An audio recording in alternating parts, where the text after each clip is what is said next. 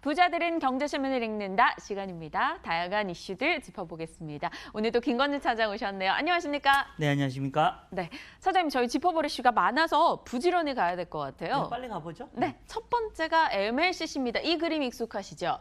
네, 저희 네. 며칠 전에 이야기 나눴어요. 이 네. MLCC 그때도 자꾸 올라서 동반 강세를 기록해서 들고 왔었거든요. 네, 네. 오늘도 삼성전기, 대주전자재료, 아모텍, 사막콘덴서 등등의 종목이 함께 올라갑니다. 특히나 사막콘덴서는 급등이고요. 대장 역할을 하고 있더라고요. 네. 일본의 MLCC 비중이 60%를 국내에서 차지하고 있기 때문에 관련해서 뭐 규제가 나온다면 영향을 받지 않을까 뭐 이런 여러 가지 의견들이 나옵니다. 점검이 필요할 것 같고요. 대주전자재료도 기관이 10일째 매수하면서 강합니다.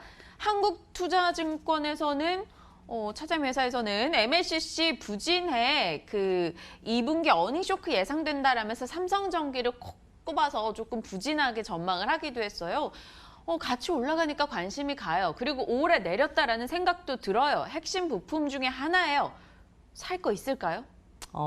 우선은 지금 현재 좀 이슈가 좀 붙어서 그런 느낌이 많이 나온다라는 얘기 네. 드리겠습니다. 결국은 이번 달 18일 날 이제 일본이 추가로 제재를 할 수가 있다라는 겁니다. 우리나라의 반응을 보고 실제적으로 조정위원회를 만들 것이냐 안 만들 것이냐의 이런 흐름을 보고 만약에 안 만들면 야 우리 2차 제재 어떻게 보면 예전에 미국이 중국한테 했던 이런 방식 그대로 우리나라한테 지금 현재 이런 어떻게 보면 경제적으로 불복을 시키기 위한 이런 하나의 방법을 계속해서 사용하고 있습니다.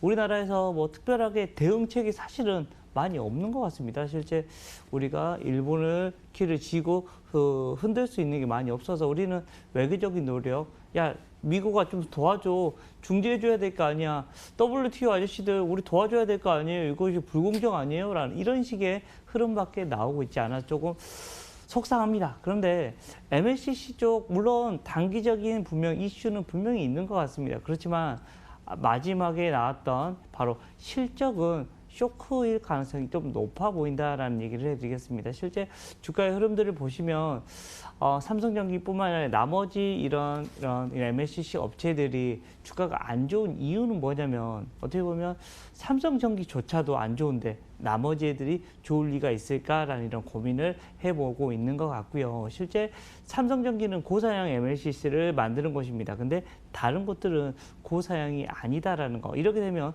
경쟁력이 더 떨어질 수밖에 없다라는 거 얘기를 해드리겠고요.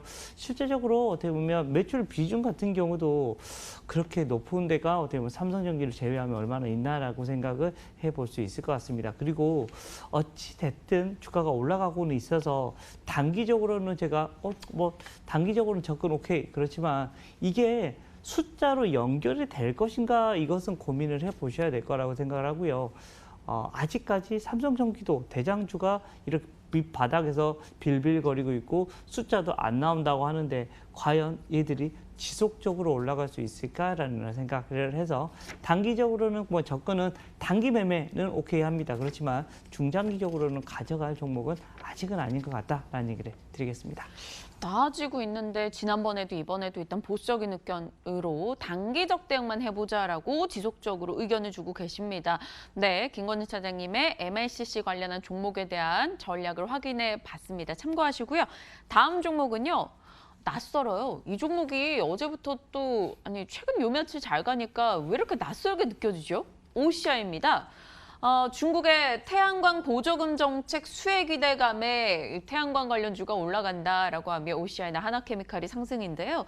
선진국 태양광 발전 시장이 성장 중이고 하반기 중국 수요 개선되고 폴리실리콘 가격 상승 기대가 있고 목표 주가 12만 원 유지한다라는 증권가 DB금융이었나요? 의견이 나왔었는데 낯설지만 반갑긴 합니다. 태양광 쪽 의견 다시 한번 점검을 할게요.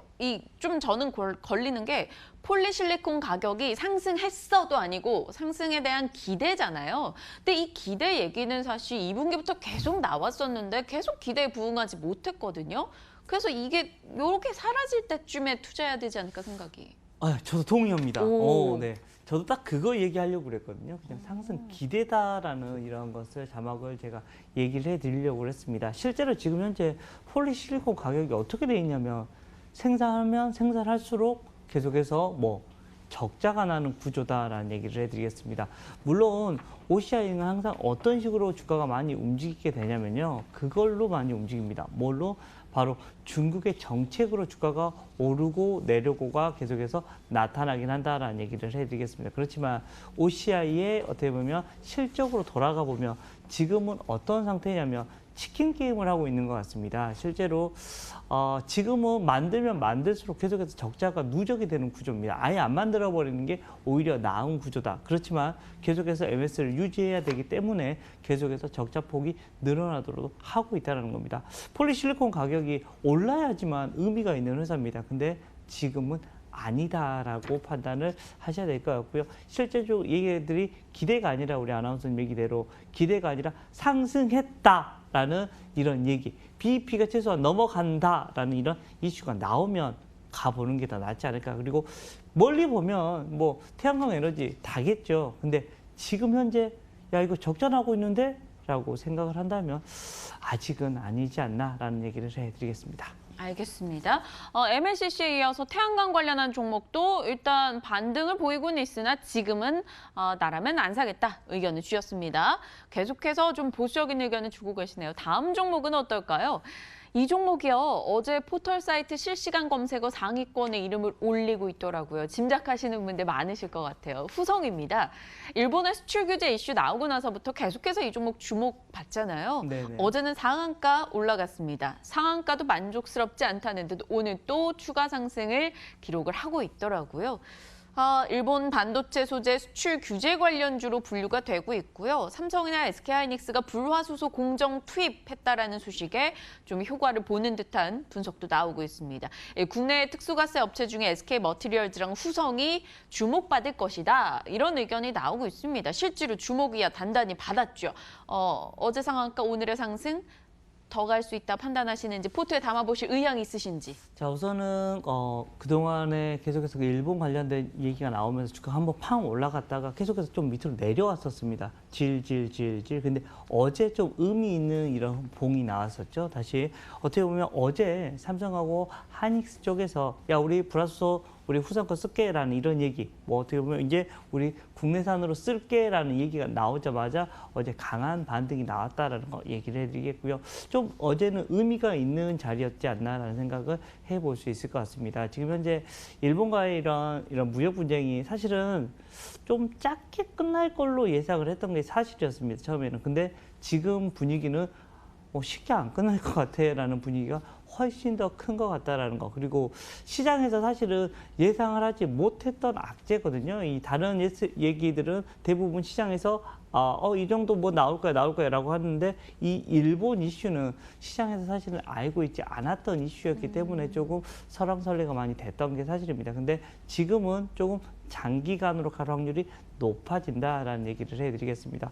후성 같은 경우는 어떻게 보면 여기에 대장 역할을 처음부터 하던 애들입니다. 그래서 이 주식이 꺾이기 전까지는 당분간은 계속해서 간다라고 생각을 하시면 될 것 같고요. 주가의 흐름들을 좀 긍정적으로 여기서부터는 봐도 되지 않나라는 얘기를 해드리도록 하겠습니다. 강하게 이 거래도 실리고 돌파하는 모습이 나타나자마자 역시나 좀 공격적인 김건희 차장님 지금도 충분히 괜찮다라는 의견을 건네주시네요. 후성 또 새로운 별이 되길 저희 한번 바라면서 지켜보겠습니다. 세 번째 이슈였고요. 네 번째 이슈 차장님 어려우실걸요? 네, 어려워요, 저거. 네. 바이오 쪽입니다.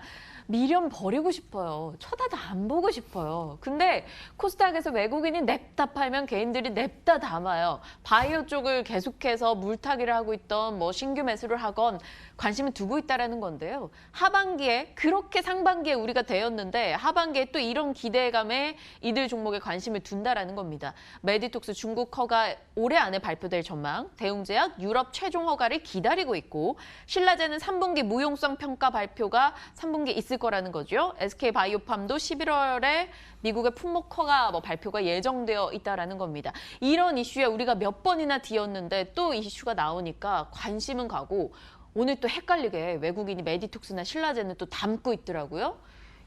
어떻게 해야 돼요?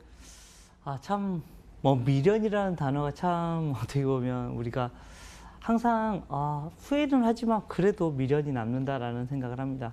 어떤 선택을 할 것이냐라는 것은 최종적으로 우리 이런 가족 여러분들, 우리 시청자 여러분들이 생각하시는 거겠지만 우리는 병들고 늙고 지쳐간다는 것은 이건 당면한 과제입니다. 그리고 우리가 계속해서 이런 수명이 늘어난다는 것은 이 제약바이오의 이런 시장이 점점 커지고 기술이 개발이 될 거라는 이런 강한 확신이 있기 때문이다라는 거 얘기를 해드리겠고요.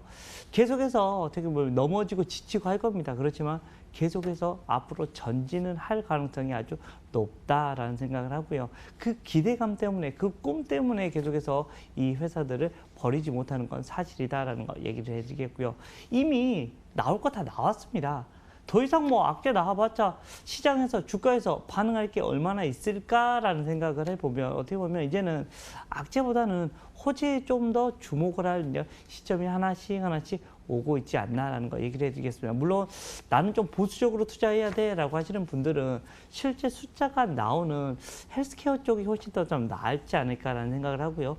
제약 바이오는 물론 아직은 좀 천천히 하셔도 된다. 그렇지만 이제 더 이상 악재 나올 게 이제는 없어 보이긴 한다라는 거. 지금 현재 심리도 바닥, 뭐 실적도 바닥, 모든 게 바닥에 깔려 있습니다. 더 이상 내려갈 게 있을까라는 생각을 하면서 이제부터는 조금씩 긍정적인 면을 우리가 귀를 한번 기울여 봐도 되지 않을까라는 생각을 할 수 있을 것 같습니다. 긍정적인 면에 귀를 기울여 봐도 괜찮다 의견을 주셨으면 어떤 종목에 귀를 기울여 볼까요?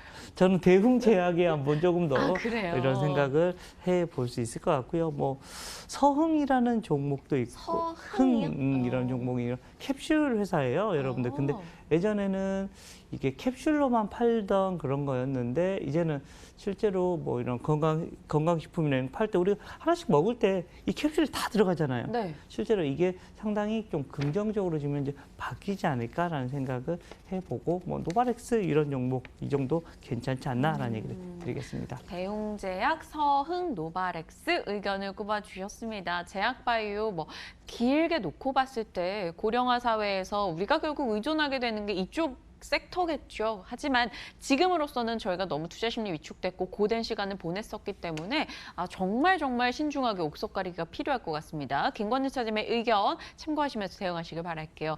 오늘도 김건진 차장님과 각 섹터에 대한 이슈 짚어봤습니다. 부자들은 경제신문을 읽는다였습니다.